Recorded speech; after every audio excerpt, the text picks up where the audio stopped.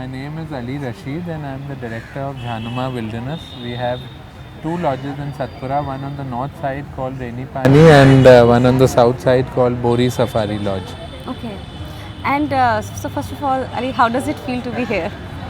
It's amazing. I mean, the Toft Awards are a brilliant get-together, and this is the first time it's happening after COVID. So it's a really special occasion and good to meet a lot of new faces as well as old friends. Yeah. Because after COVID, I think maybe this is the first time you are engaging with. In this format, we've had some trade shows where we've met the community, the travel community. But in the award format, which was quite popular, I think this is the 6th award. So yeah, this is the first time we are doing it. Yeah. So tell me about the Satpura, we were talking about the model, the walking one. Yeah. So tell me, how did that come up and why it is important now?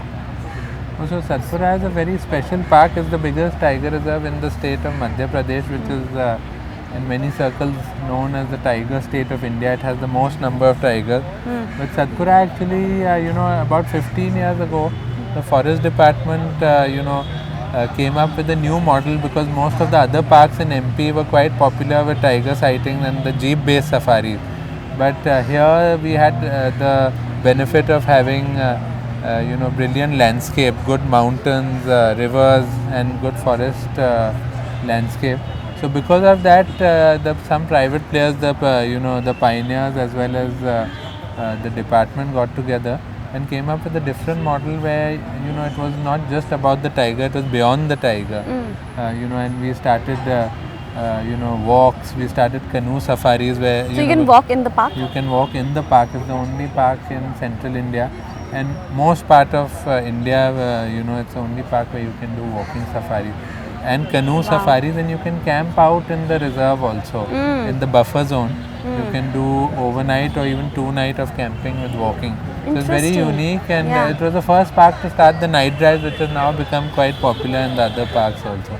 So a different how does it model. help? How does it help in people, in travelers knowing more about, the wildlife? Is it like the part of, futuristic, wildlife tourism? Yeah, I mean it helps because the tourists can actually, you're not just following one animal. Of course, you do see tiger also, but it's about exploring the whole landscape in a complete way. So you would see birds, you would see flora which you would miss out in the jeeps, you would see insects, and you get a holistic experience of the park. So it's better for education, it's better for experience. Otherwise you could be just mostly following one animal, and then if you don't see that, then it becomes something where the satisfaction is not there. But here, when you are going with an open mind, you're always satisfied and always happy with the experience. So it's helping you with you being more connected with the nature, right? Definitely more connected. You are not just like with this goal. You don't come with this goal. मुझे बस tiger देखना है. Yeah, not just you want to see a tiger, and that's what when you only come with that goal. If you see it's brilliant, but if you don't see, then it's always a disappointment. Yes, people fight. Yeah. But here with an open mind, when you go out for a walk, you're seeing so many things that it's always a fulfilling experience. Ali, tell me something more about the communities. How are you involving communities?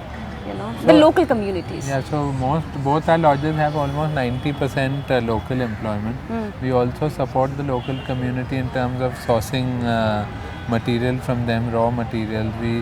We have also have adopted schools, primary schools close to our lodge, both Rainy Pani and Bori. And Rainy Pani, there was a very basic school, so we've done infrastructure development in the school also. So solar lighting, sanitary facilities, kitchenette for the midday meal, and so on. And over the years, we've also worked with various NGOs to uplift the community. And the community is most important because, the communities living around the forest, they are in conflict with wildlife on a daily basis. Yes. A farmer has herbivores raiding their crops, a cattle herder has tigers eating their cattle. Yes. So till they don't see wildlife as an asset, then they will not protect it. So tourism is that answer because they get an alternate livelihood. And when people come to us, they come because of the wildlife, and the locals realize that they are getting the jobs because of the wildlife. Whether it's in our lodge or in any other lodge or as drivers or guides in the park. So they're benefiting from the wildlife, and that's how the protection can happen. Okay, okay. And then they don't see wildlife as a competition. It's like they feel more integrated into the system. They feel integrated. Wildlife becomes a competition when they don't have an alternate livelihood. So when they are farming and herbivore comes and raises the crop, then it becomes the herbivore versus the farmer.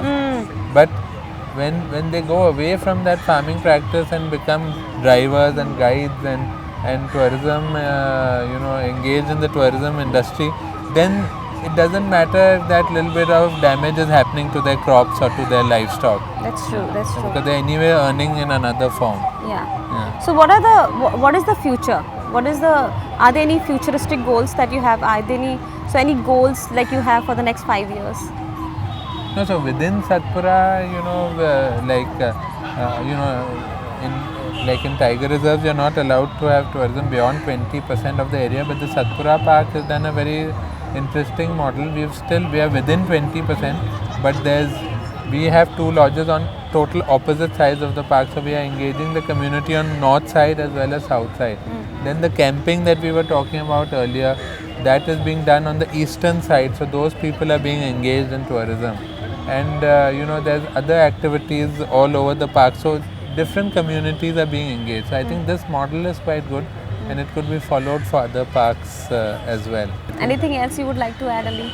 Yeah, just about the book that I had mentioned earlier. Of course, we've been here in Satpura for 15 years, and for me, Satpura is like a second home. I've been coming to the park since the age of 3, and having 2 lodges and experiencing the park in such a complete way.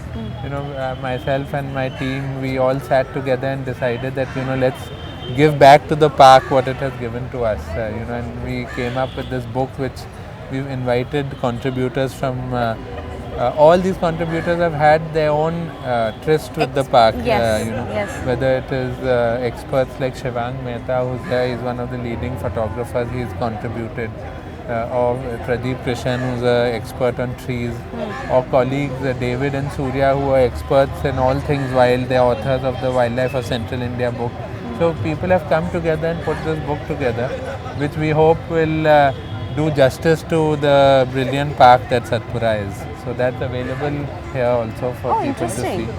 And we'll be actually gifting it to some of the jury members tonight. So hopefully people can appreciate it and people can appreciate Satpura. Yes, of course. Yeah. Thank you for doing such great work. All right, thank you. Thank you, Ali. All right. Thank you for watching. Thank you.